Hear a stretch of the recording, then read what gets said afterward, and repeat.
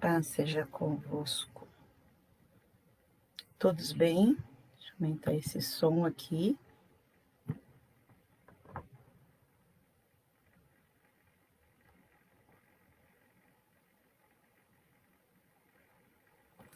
Muito bem. Hoje é a nossa terceira aula sobre morte, o que sabemos a esse respeito, sobre ela, de maneira bíblica e também de maneira escatológica. Sejam bem-vindos, Deus abençoe. Vamos compartilhar aqui esse tempo e eu convido vocês a estarem comigo nesse trabalho, nesse propósito, né? Hoje é um domingo diferente, um domingo especial, domingo de Páscoa, e que dá todo sentido e significado para aquilo que nós estamos vendo juntos aqui, né? Nessa disciplina. Então, eu quero primeiramente orar com você e, na sequência, falarmos aí um pouquinho sobre a questão da morte, então, sobre esse tema que nós começamos. E hoje é o terceiro domingo falando sobre esse tema. Então, nós falamos algumas coisas muito interessantes e nós falamos sobre a morte física, nós vimos a estrutura do ser humano, nós falamos o porquê do medo da morte e nós falamos na semana passada sobre a morte eterna, sobre a morte espiritual e também falamos a respeito do estado intermediário.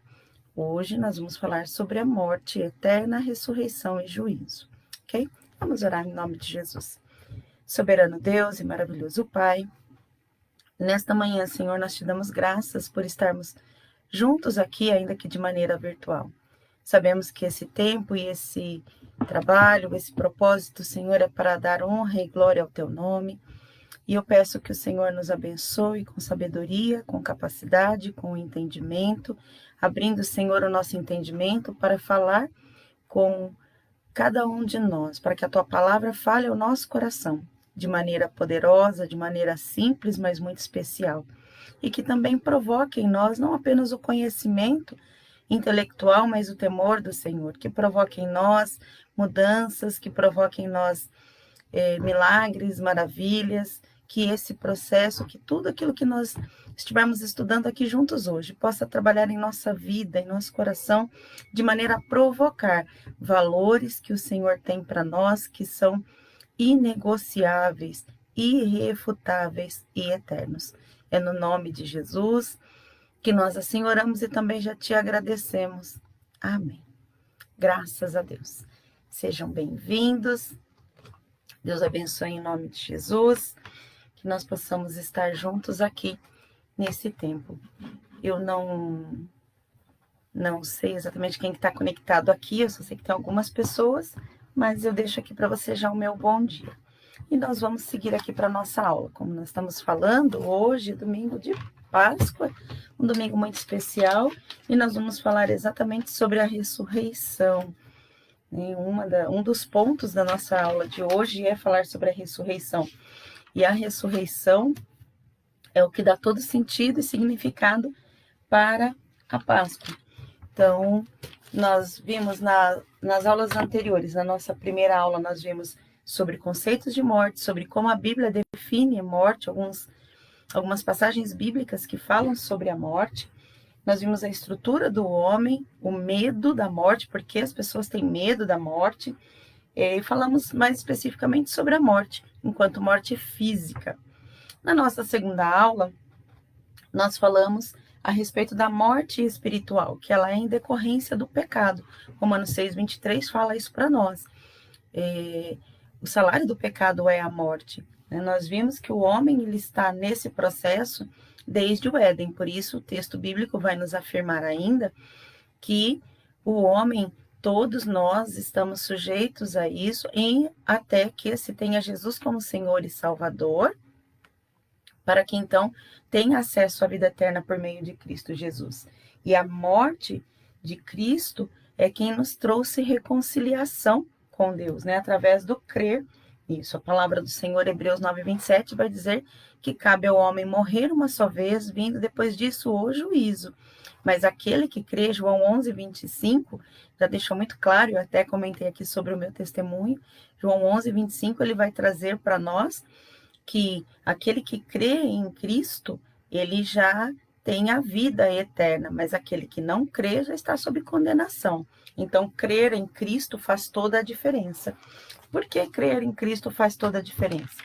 Porque o não crer em Cristo, ele simplesmente leva o homem à condenação. O fato de você crer que Jesus Cristo é Filho de Deus, que ele deixou a glória celestial, ele deixou os céus, se fez servo, se esvaziou de si mesmo, se fez servo, se fez homem, habitou entre nós e pagou o preço da salvação, ou seja, cumpriu todo o propósito de um plano de redenção criado por Deus desde o princípio, que está lá em Gênesis 3:15, então isso faz com que nós tenhamos acesso a Deus e à vida eterna.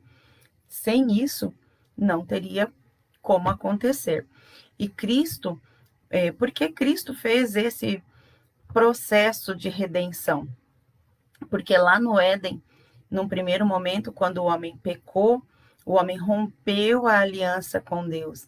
E esse romper a aliança fez a separação entre o homem e Deus de forma espiritual.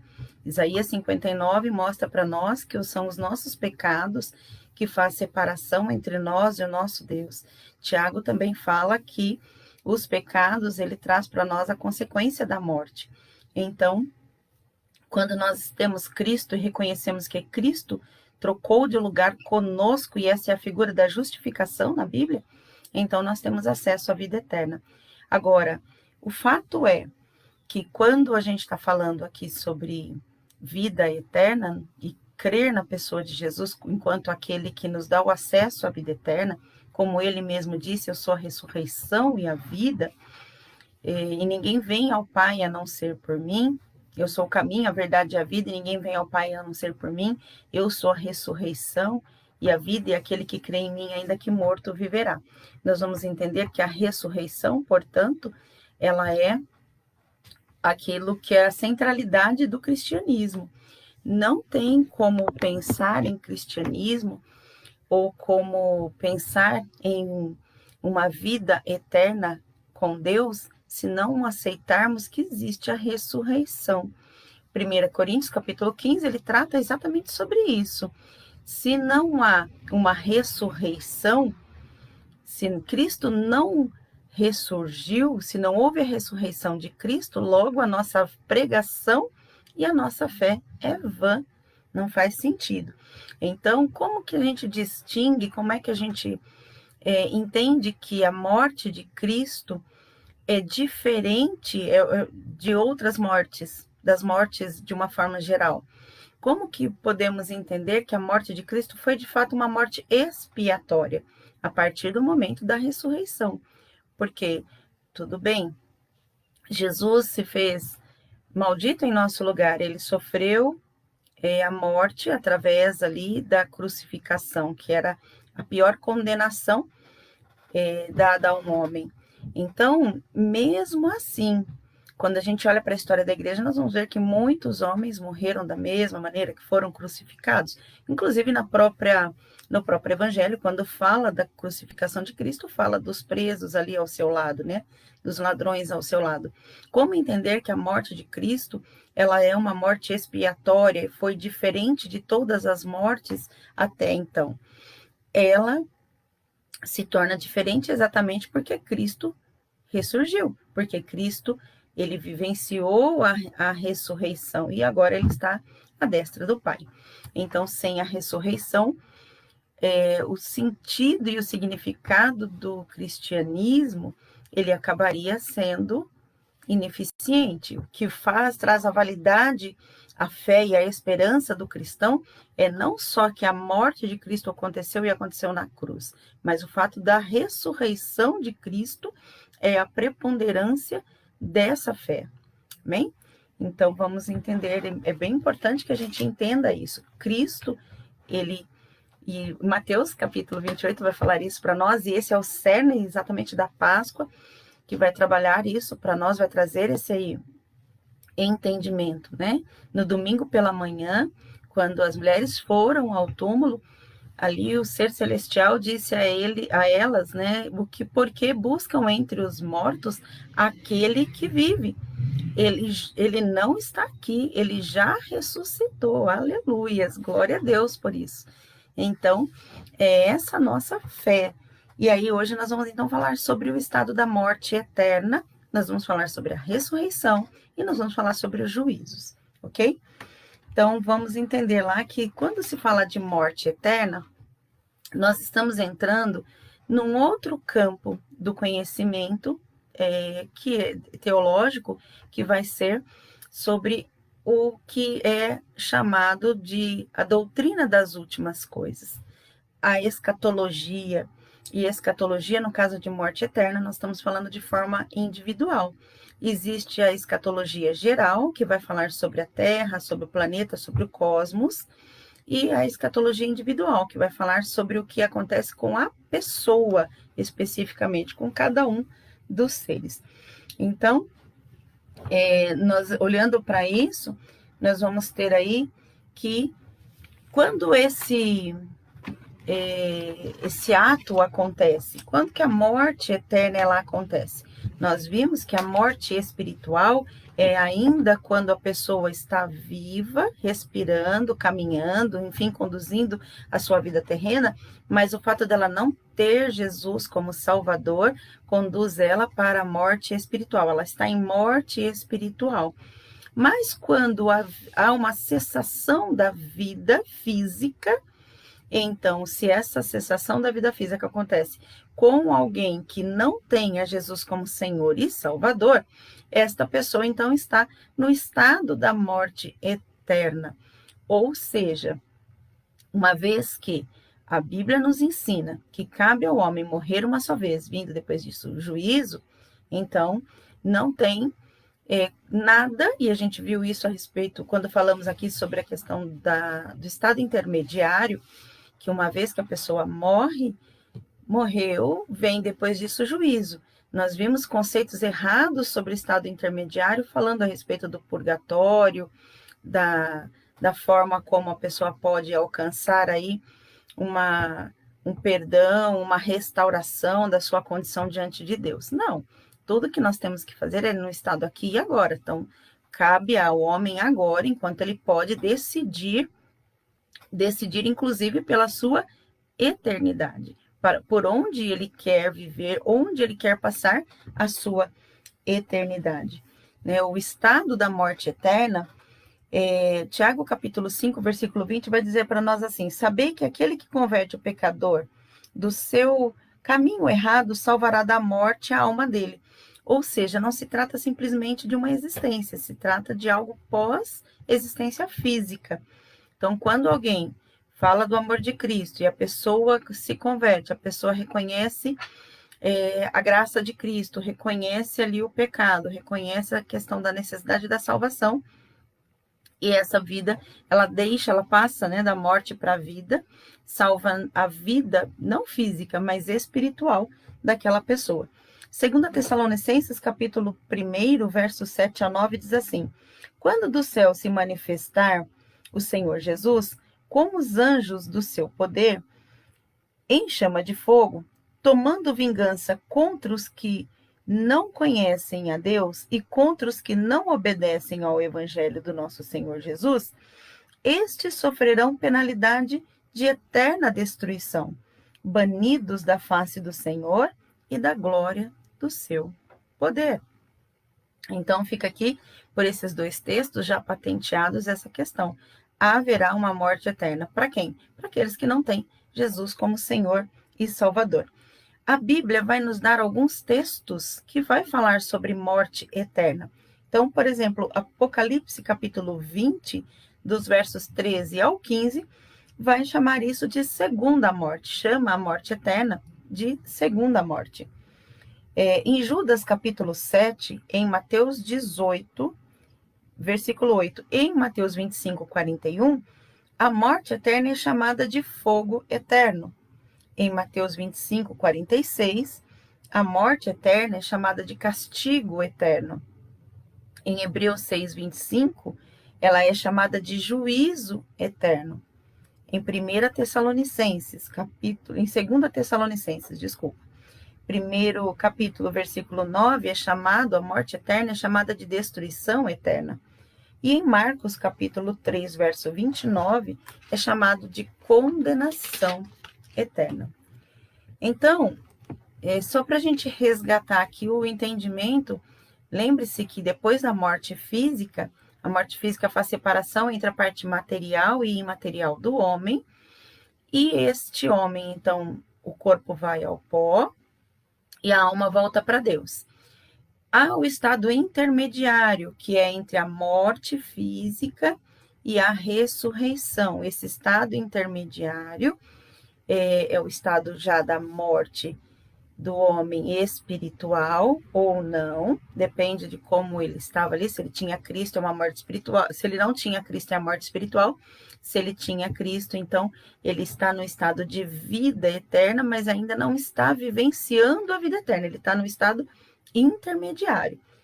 Aí, então, para o crente, esse estado intermediário, ele vai vivenciar diante de Deus, ali no chamado paraíso, que é aquele local onde Jesus, ali na cruz, ele fala para o ladrão, olha, lembra-te de mim, né? O ladrão diz a ele, lembra-te de mim quando entrares no teu reino.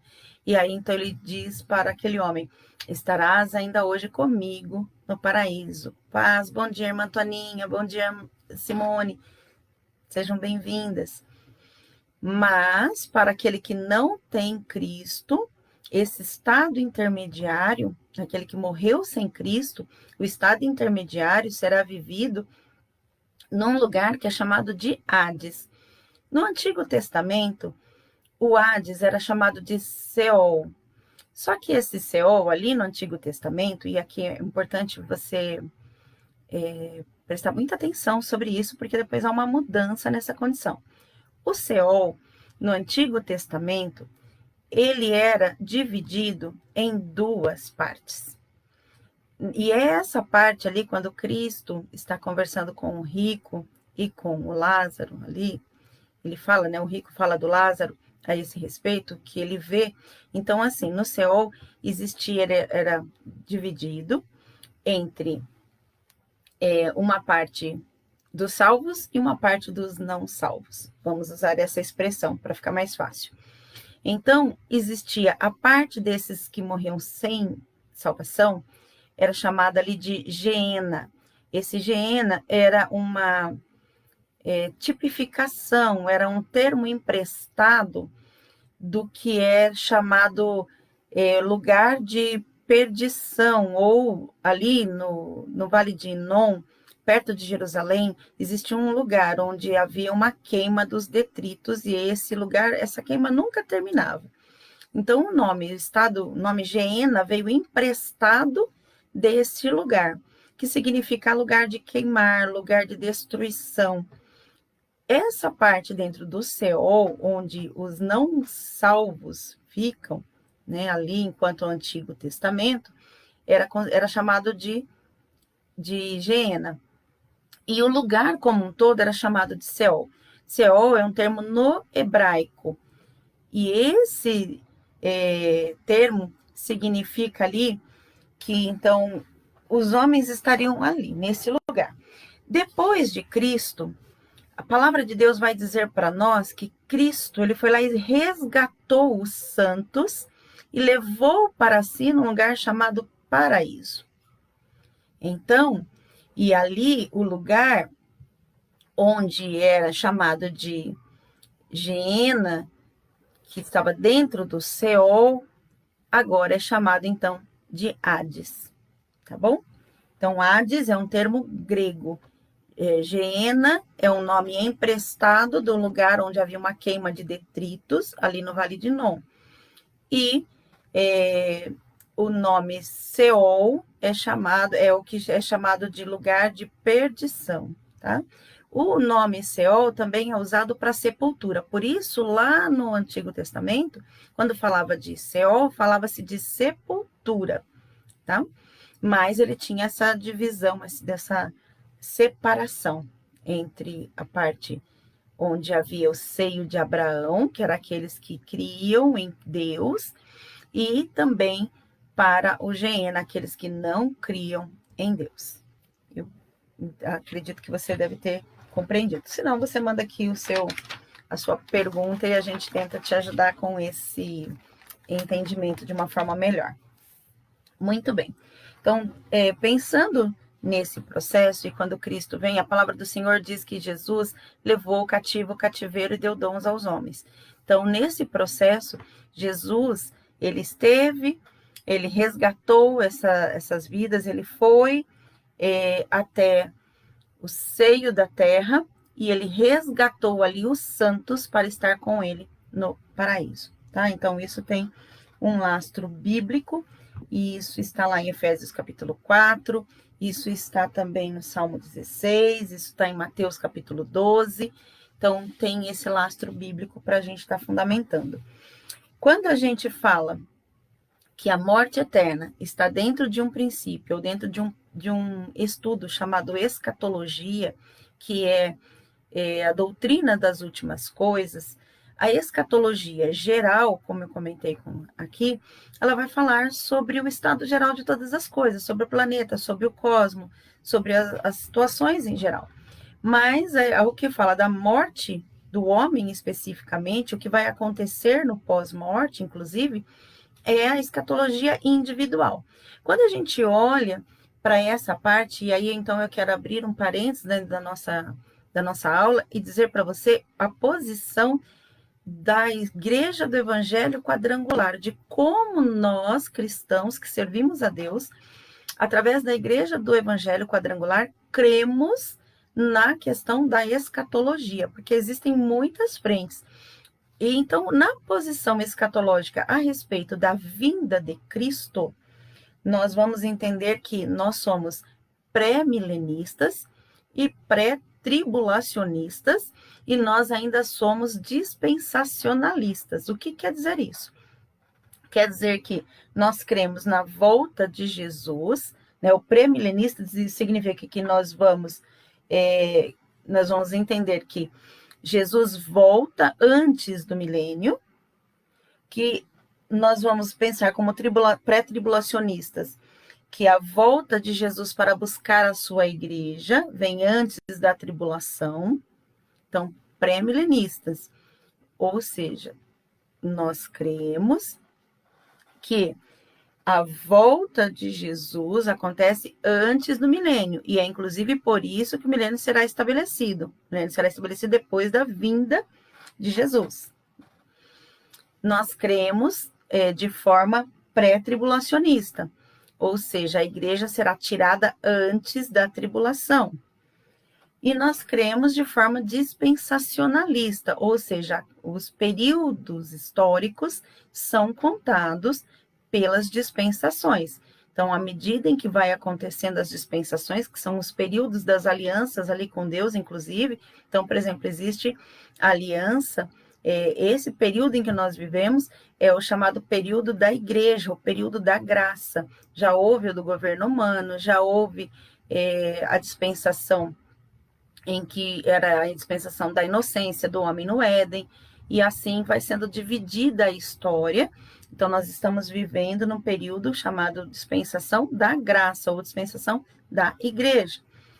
Bom, então nós cremos desta maneira. É importante situar, porque existem outras maneiras de pensar, outras maneiras de olhar para a questão escatológica. E é importante posicionar isso para que não crie aí algumas dificuldades de entendimento de cada um de nós.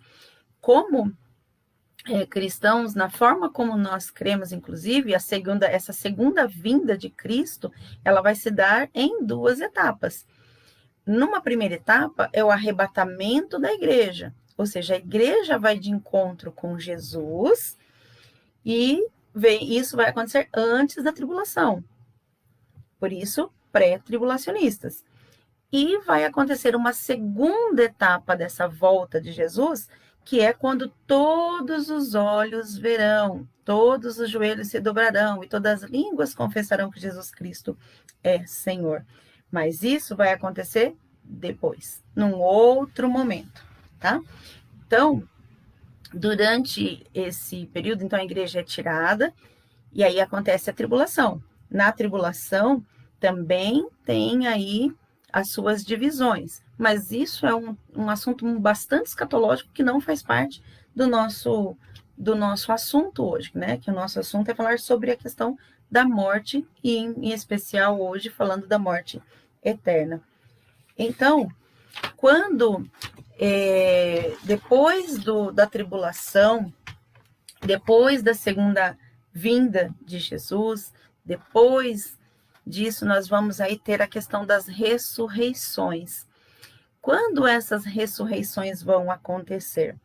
A ressurreição, vamos falar dos caráteres da ressurreição. A ressurreição será universal, mas não quer dizer que vai ser ao mesmo tempo, como a gente já comentou aqui.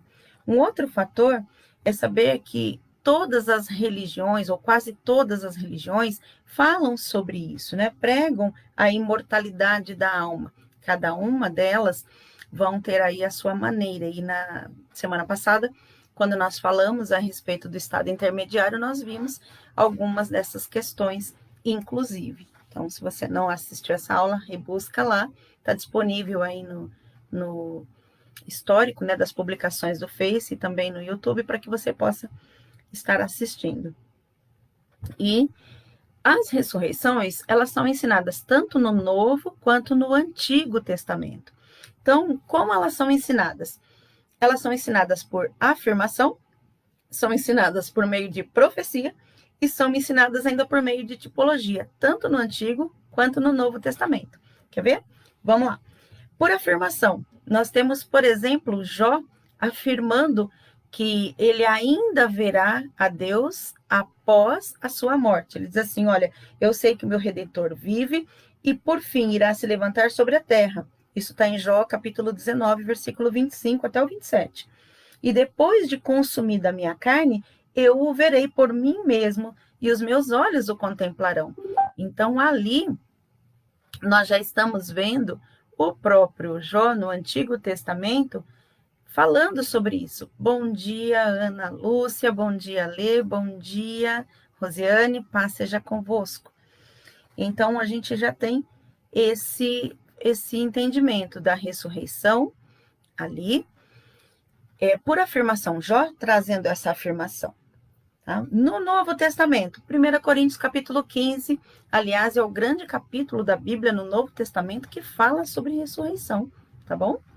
Então, 1 Coríntios capítulo 15, versículos 42 e 43, vai trazer essa afirmação para nós. Por afirmação, portanto, é a primeira evidência sobre a ressurreição. A segunda evidência sobre ressurreição na Bíblia, tanto no Antigo quanto no Novo Testamento, nós vamos ter pelo aspecto da natureza profecia. E aí, então, quando a gente fala de profecia, nós vamos ter Isaías 26, 19, nós vamos ter Oséias capítulo 13, lá no Antigo Testamento, falando sobre isso, no verso 14, e no Novo Testamento, de novo, 1 Coríntios capítulo 15, vai falar sobre isso. Então, tanto por afirmação, a Bíblia vai trazer essa existência, essa fundamentação sobre a existência da ressurreição, por afirmação, por profecia e por tipologia. Por tipologia, eu vou citar uma só, mas existem mais. Por tipologia, nós temos a questão do Jonas. Lembra do Jonas, o profeta Jonas, no ventre do grande peixe? Jonas, capítulo 2, vai falar dele ali, que ele passa 3 dias e 3 noites ali dentro do ventre do grande peixe. E essa é uma tipologia da morte e ressurreição. Quando a gente vai para o capítulo 12 de Mateus, Jesus, ele cita isso.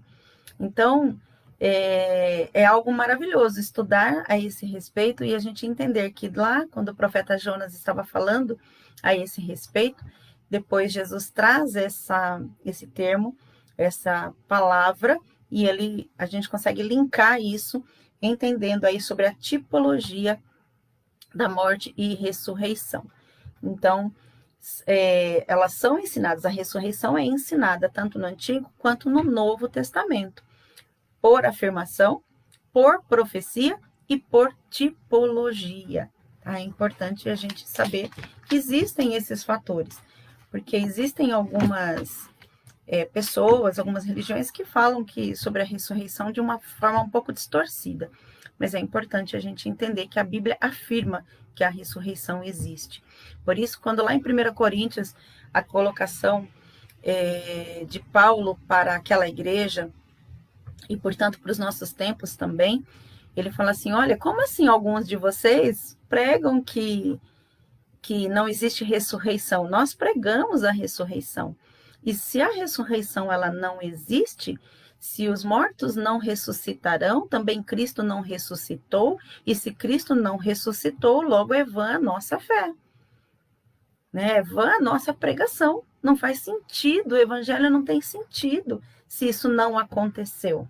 Né? Que diferença há entre esta e qualquer outra religião, ou entre esta e qualquer outra situação? E aí cabe aqui, eu vou fazer um parênteses, porque vem num outro momento que nós vamos trabalhar isso, é sobre a questão da personificação da morte. Né? Nós temos alguns termos que nós ouvimos frequentemente, que é anjo da morte, espírito de morte. Então, como que é essa questão de anjo da morte e espírito da morte? Isso é sobre a personificação, mas vai ficar para um outro momento, uma outra aula, tá? Vamos falar da ressurreição, então, dos justos.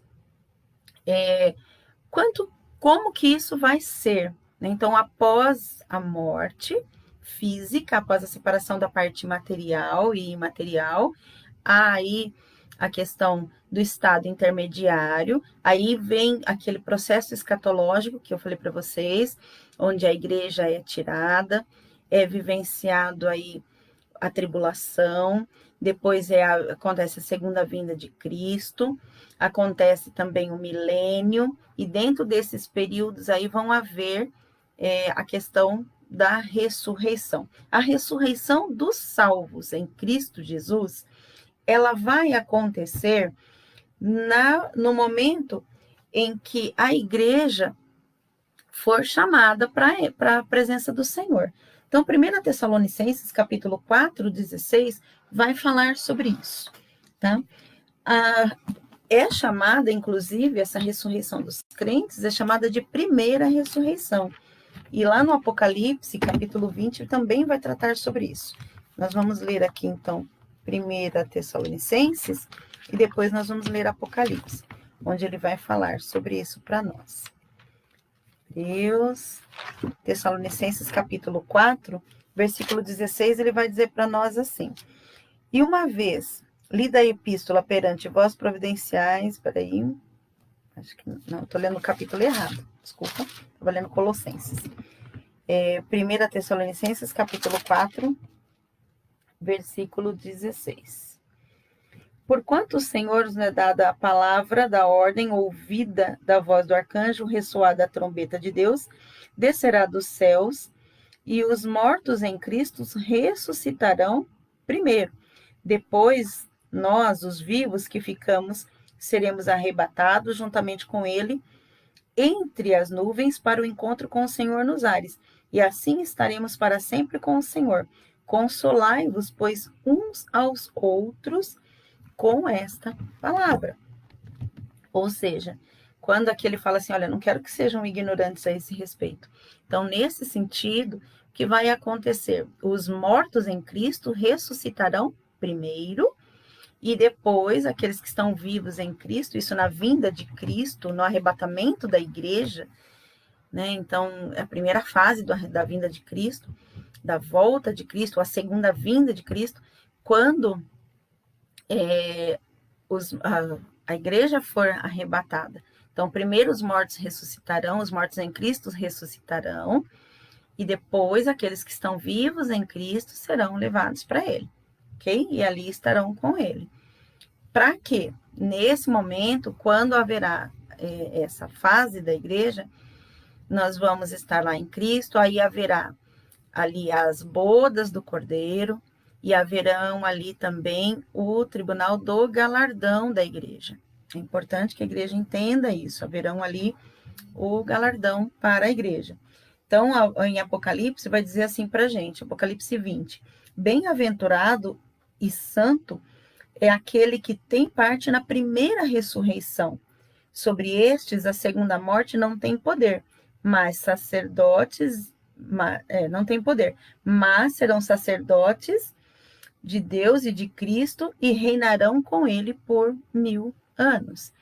Então, este arrebatamento da igreja e esta ressurreição dos santos, dos salvos em Cristo, é chamada de primeira ressurreição. Esta parte, ela ainda tem uma divisão, que é chamado, e assim, primeiro, quem são estes que vão estar ali nessa ressurreição, a primeira ressurreição?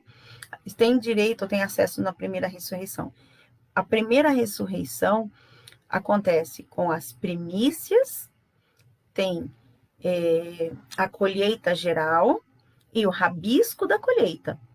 Então, a primícia é Cristo, que foi o primeiro a ressurgir, e ainda cabe uma observação aqui muito importante. Quando a gente lê João, por exemplo, no capítulo de número 12, quando nós lemos os textos do Evangelho a respeito da ressurreição de Cristo, existe ali a informação também de que, juntamente quando Cristo ele ressuscitam os santos. Muitas pessoas, o texto bíblico vai dizer para nós, que muitos ressuscitam também. E aqui eu quero fazer uma observação muito importante. E aí, quando esse texto diz, a palavra ressurreição usada para Cristo, ali no grego, ela é anastasis, que vai significar ressurreição para a eternidade, ressurreição espiritual, ok? Os demais que ressuscitam também ali, o termo grego utilizado já é um outro. O termo grego utilizado ali é egeiro. Egeiro vai falar da ressurreição, mas não da forma espiritual. Vai falar de tornar a viver. Assim, esse termo também é o mesmo que foi usado para o Lázaro. Lembra do Lázaro? Então, Lázaro morreu e foi ressurreto ao 4º dia. Jesus foi lá e trouxe ele de volta à vida. O termo usado ali para a ressurreição de Lázaro era egeiro. É o mesmo que é usado, nesse caso aí, quando fala da ressurreição de Jesus e daqueles homens que vivem novamente, que é trazido de volta, que voltam para a existência. Então, o termo usado ali é o egeiro, para eles. Para Cristo é o anatasis, que é a questão da existência espiritual. É importante a gente fazer essa diferença. Há teólogos que defendem que estas pessoas que ressurgiram com Cristo também foram elevadas juntamente com Cristo. Mas o entendimento que se tem usando ali a exegese da palavra no grego não é essa. É importante a gente ressaltar isso. Cristo é a primícia dos que dormem, diz a Bíblia. Então, Cristo ressurgiu primeiro. E aí, depois vem a colheita geral, ou seja, a igreja que é arrebatada e que ali vai estar diante do Senhor, de acordo com 1 Coríntios capítulo 15. E ainda depois virão o que é chamado rabisco da colheita. Rabisco da colheita é um nome estranho, né? A gente fala assim, rabisco da colheita. Essa figura do rabisco da colheita, a gente vai encontrar ali na história de Noemi, de Ruth, quando ela vem, né, colhendo ali aquilo que sobra. Lembra da história? Onde a moça vem e colhe o que sobra, e até o Boaz fala assim, olha, deixe com que fiquem espigas pelo caminho, para que depois venham a ser colhidas. Então, esse rabisco da colheita é a última fase, a última parte da colheita. E esse rabisco da colheita, de acordo com Apocalipse, capítulo de número 7, vão dizer ali que são aqueles que ressuscitarão antes do milênio, são os salvos da tribulação, são as 2 testemunhas, são os salvos no período milenar. Então, é o rabisco da colheita, ou seja, sabe a repescagem que a gente fala? É uma repescagem, né? Então, aquilo que sobrou e que de fato teve uma vida ali de aceitação e de vivência segundo o padrão de Deus, mas que foi após o arrebatamento da igreja. Tá? Então, vem esse rabisco da colheita. Isso a gente está falando de ressurreição dos salvos, dos cristãos, dos homens em Cristo. E dos ímpios, como será a ressurreição? A palavra de Deus vai dizer para nós, ali em Apocalipse 20, eu vou abrir aqui o texto para nós lermos. Apocalipse 20 vai dizer para nós que aqueles que não são salvos, estes estão então agora em condenação eterna. Aí sim, a morte eterna. Se no passado, enquanto no corpo, não tendo Cristo como Jesus, estavam em morte espiritual, uma vez que morreram fisicamente e morreram sem Cristo, agora estarão com a questão de uma morte eterna. E aí Apocalipse 20, versículo de número 11, diz assim: E vi um grande trono branco e aquele que nele se assenta, de cuja presença fugiram a terra e o céu. E não se achou lugar para eles. E vi também os mortos, os grandes e pequenos, postos em pé diante do trono. E então se abriram os livros, ainda outro livro, o livro da vida, foi aberto, e os mortos foram julgados segundo suas obras, conforme o que se achava escrito nos livros. Deu o mar os mortos que nele estavam, a morte e o além entregaram os mortos que neles havia, e foram julgados, um por um, segundo as suas obras. E então a morte e o inferno foram lançados dentro do lago de fogo, e esta é a segunda morte, o lago de fogo. E se alguém não foi achado inscrito no livro da vida, esse foi lançado dentro do lago do fogo. Então, essa é a morte eterna, para aqueles que não têm o seu nome escrito no livro da vida, não foram achados ali no livro da vida. E entenda, observe que no texto que nós lemos, ele fala do julgamento do trono branco, que é o que vai acontecer depois, né? A morte, essa segunda morte, resultará, então, numa condenação eterna. É chamada de segunda morte, ou a morte para condenação eterna. E aí, depois disso, então, virão os juízos. Quais juízos? Aqueles que estão salvos em Cristo, estes viverão um outro juízo, o tribunal de Cristo, que é o Bema, que esse tribunal que nós já comentamos há pouco, é onde acontecerá o galardão. Então, a igreja é arrebatada, né? Lembra que a gente falou desse processo? A igreja é arrebatada, aqueles que estão mortos, que já houve uma separação da parte física e imaterial, parte material e imaterial, que estão mortos em Cristo, que estão no estado intermediário, estes ressurgirão primeiro, e também aqueles que estão em Cristo vão ser levados para Cristo, haverá aí o arrebatamento, e todos viverão aí, todos que estão em Cristo, viverão a bodas do Cordeiro e o tribunal Bema, que é o tribunal de Cristo, para recebimento do galardão. E aqueles que não têm Cristo, aqueles que morreram sem Cristo após o milênio, somente após o milênio, ressuscitarão para serem julgados diante do tribunal que é chamado do trono branco. E aí, então, esse é o tribunal da condenação eterna. E ali, então, entre um e outro, também existe o julgamento de Israel, o julgamento dos gentios, o julgamento das duas bestas, que é o falso profeta e o anticristo, o julgamento dos anjos, o julgamento de Satanás e o julgamento final, que é dos homens. E depois disso, o que vai acontecer? Aí a escatologia, né, de uma forma geral, depois disso é que vem a criação dos novos céus, nova terra, e ali aqueles que estão em Cristo conhecerão plenamente a Jesus e terão pleno conhecimento e também plena comunhão com Cristo. Mas tem uma coisa interessante que eu quero aqui frisar a respeito disso.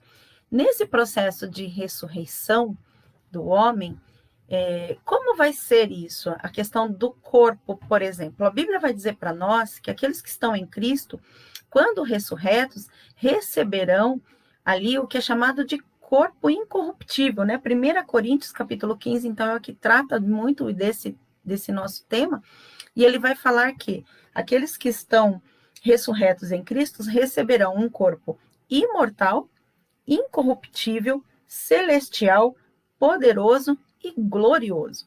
Então, 1 Coríntios capítulo 15, ele vai tratar isso de uma forma muito bonita.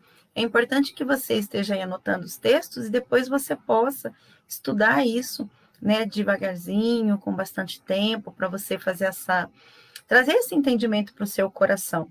É bem bacana isso, de entender que aqueles que estão em Cristo vão ressurgir, assim como Cristo, e é o que nós vemos na sequência, né, da Páscoa, no dia de Páscoa, como celebramos hoje a Páscoa, Jesus, ele ressurge ao terceiro dia. Ali no jardim, as mulheres têm esse encontro com ela, mas elas nem reconhecem o corpo. Uma acha que ele é o jardineiro, né, e só reconhece ele por conta da forma como ele fala, quando ele chama ela de Maria, e pelo tom que ele usa, e a expressão ali usada, né, a Bíblia fala Maria, mas ele chama ela da maneira como ele falava antes. E a gente tem também uma outra passagem ali em Lucas, e eu gosto muito desse texto, quando os homens estão ali no caminho, e Jesus se coloca ao lado deles e caminha com eles. E eles contam, né, para Jesus, mas falam, né, e até perguntam, onde é que você estava aqui? O único que não está sabendo do que aconteceu por aqui, por esses dias. E Jesus, na verdade, fala para ele, começando ali por Moisés, começando do Antigo Testamento, ele fala sobre os profetas, ele fala sobre a lei, sobre os profetas, sobre os salmos, e ele conta toda a história para aqueles homens. Então, é maravilhoso, ou seja, ele tinha um corpo. Outras passagens vão dizer para nós que Jesus aparece depois aos discípulos, né, a ponto de Tomé poder tocá-lo. Existia um corpo transformado, um corpo glorioso, um corpo incorruptível, um corpo que era um corpo poderoso, um corpo celestial, um corpo diferente, um corpo não como este que temos. Mas por que tem que ter o corpo? Por que o corpo? Né? E o que acontece no caso dos não salvos? O corpo, porque o homem recebe, porque vamos pensar, gente, olha lá, vamos raciocinar aqui. Já tivemos, né, nós vemos a existência, temos um corpo, uma alma e um espírito, a gente falou disso na primeira aula. O corpo físico morre, a alma e espírito voltam para Deus. Se está em Cristo, então vai viver futuramente essa ressurreição. Se está vivo, vai viver a ressurreição, que está em Cristo. Mas, por que, e o corpo, né, não é o caso, mas por que receberemos um corpo? Porque nós somos seres completos, né, a completude do homem. Então, o corpo, ele existe, não há como dizer ou como falar sobre existência se não tiver corpo. A existência está ligada ao corpo. Então, por isso, os salvos vão receber um corpo glorificado. E é através desse corpo que eles estarão perante o Senhor, que glorificarão, que louvarão, que receberão os galardões. Então, o corpo incorruptível, um corpo imortal, o corpo celestial, poderoso, glorioso, também é com este que a igreja no futuro estará reinando com Cristo. Tá bom? Então, é por isso que haverá o corpo, esse corpo glorioso que a Bíblia nos fala. Não é como o corpo que hoje nós usamos, que nós habitamos, que é fadado, né, é biológico, como a gente já viu lá na primeira aula. É o corpo da vida bios. Não, esse é o corpo da vida zoe.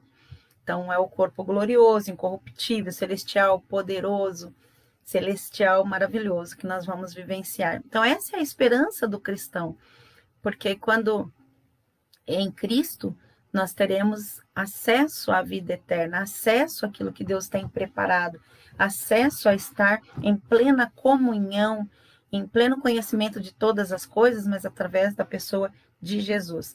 O que vai acontecer com os ímpios, então? O ímpio também vai receber esse corpo? Não, eles não vão receber um corpo glorioso, não vão receber um corpo celestial, um corpo incorruptível. Né? A Bíblia, na verdade, ela fala que os ímpios serão destruídos completamente, mas que ali, então, a sua existência, ou o que, no caso do seu espírito, eles estarão em perdição completa e em destruição completa. Mateus 10, 28 e 2 Tessalonicenses 1, versículo 8 e 9, vai falar de uma perdição completa. Então, esse corpo incorruptível, esse corpo glorioso é para os santos, é para os servos do Senhor. Estes receberão completamente. Tá? Agora, aqueles que morrem sem Cristo, aqueles que estão vivenciando a segunda morte, que vivenciarão, né? Estão vivendo, não, ainda não. Agora, nesse momento, aqueles que já morreram sem Cristo estão no que é chamado Hades.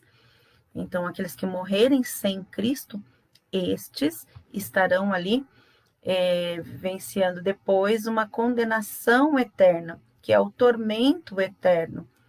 E aí, então, é uma outra questão. Depois, até estarão ali nesse processo aguardando o juízo final, o juízo do trono branco, e estarão em condenação eterna.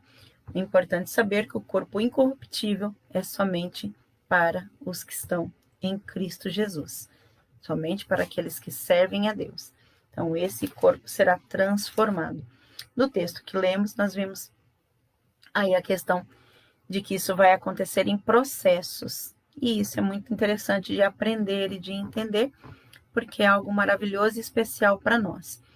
Hoje, o que nós estamos vivenciando, o dia de hoje? Hoje nós estamos celebrando mais uma vez a Páscoa. E como foi comentado aqui, né, a palavra do Senhor vai dizer para nós, lá em Mateus capítulo 28, que ali os anjos disseram, né? Um anjo disse, dirigindo-se às mulheres, não tenham medo. Vocês estão procurando a Jesus que foi crucificado, mas ele não está aqui. Ele já ressuscitou. Então, por conta dessa ressurreição de Cristo, nós podemos ter esperança. Jesus venceu a morte. Por que Jesus venceu a morte? Porque ele não pecou. Como homem, ele morreu biologicamente, mas por não ter pecado, ele venceu a morte. O salário do pecado é a morte. Como ele não tinha pecado, a morte não pôde retê-lo. Ele ressuscitou. E com isso, ele se tornou primícia da ressurreição, o primeiro.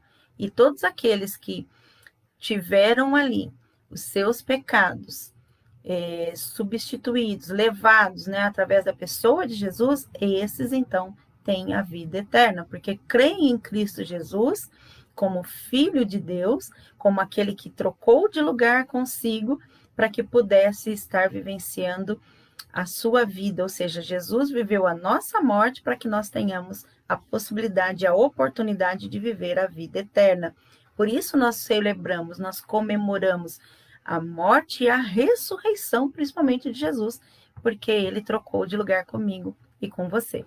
E nessa troca, de acordo com o que Isaías, capítulo 53, também nos ensina, ele levou sobre si toda a condenação, levou sobre si todos os pecados de toda a humanidade.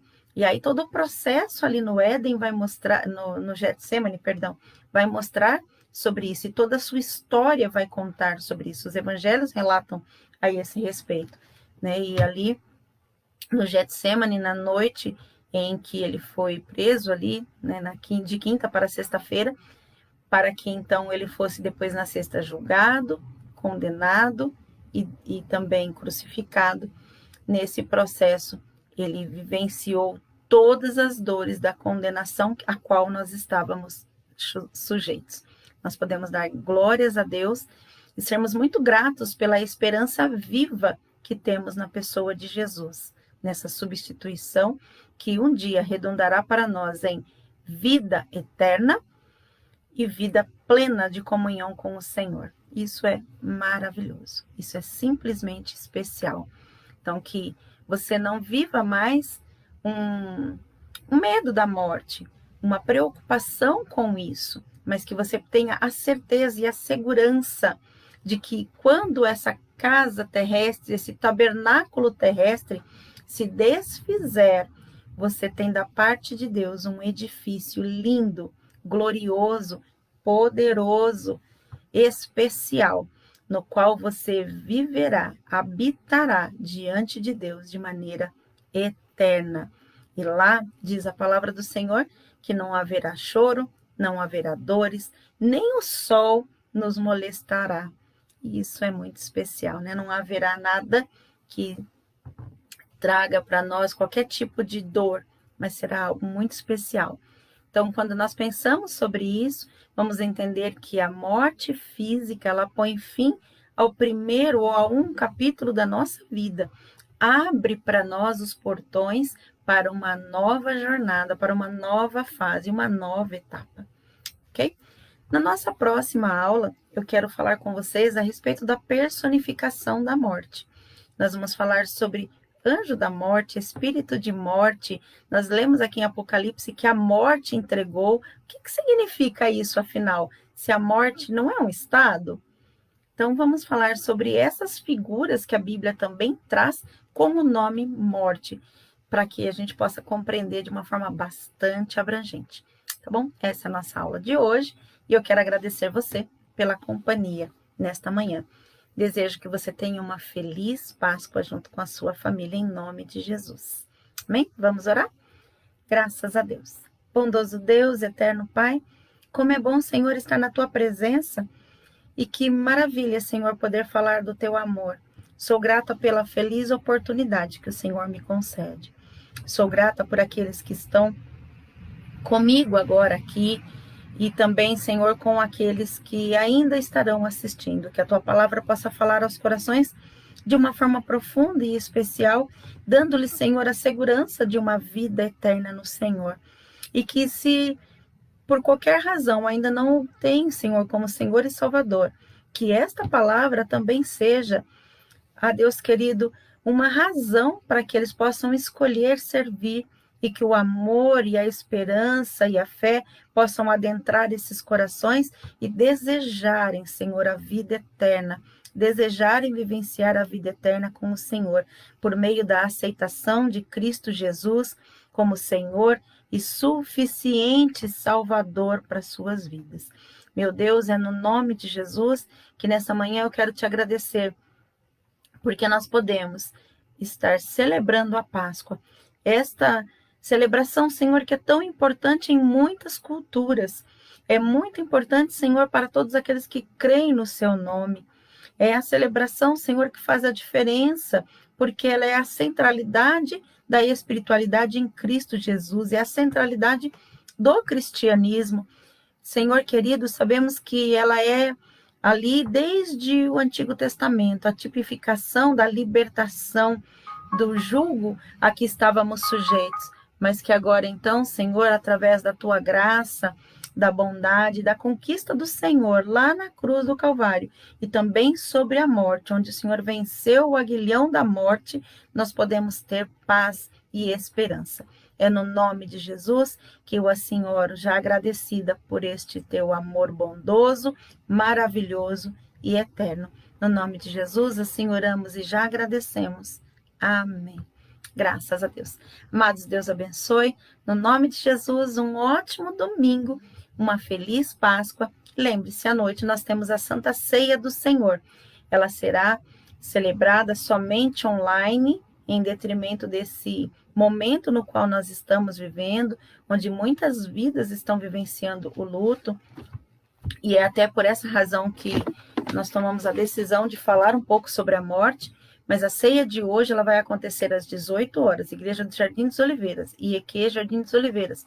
Ceia online às 18 horas. Agora, até às 10h30, estarão sendo distribuídas ainda as ceias, os kits. Se você não pegou a sua ceia, passa lá na igreja até às 10h30, pega a sua ceia, porque à noite nós vamos tomá-la juntos, online, em nome de Jesus. Amém? E na próxima semana, então, conforme for sendo liberados aí para que possamos estar reunidos novamente no templo, assim nós faremos, para a honra e glória do Senhor, o nosso Deus. Um beijo e até a noite no próximo culto, em nome de Jesus. Muito obrigado pela sua companhia. Deus te abençoe.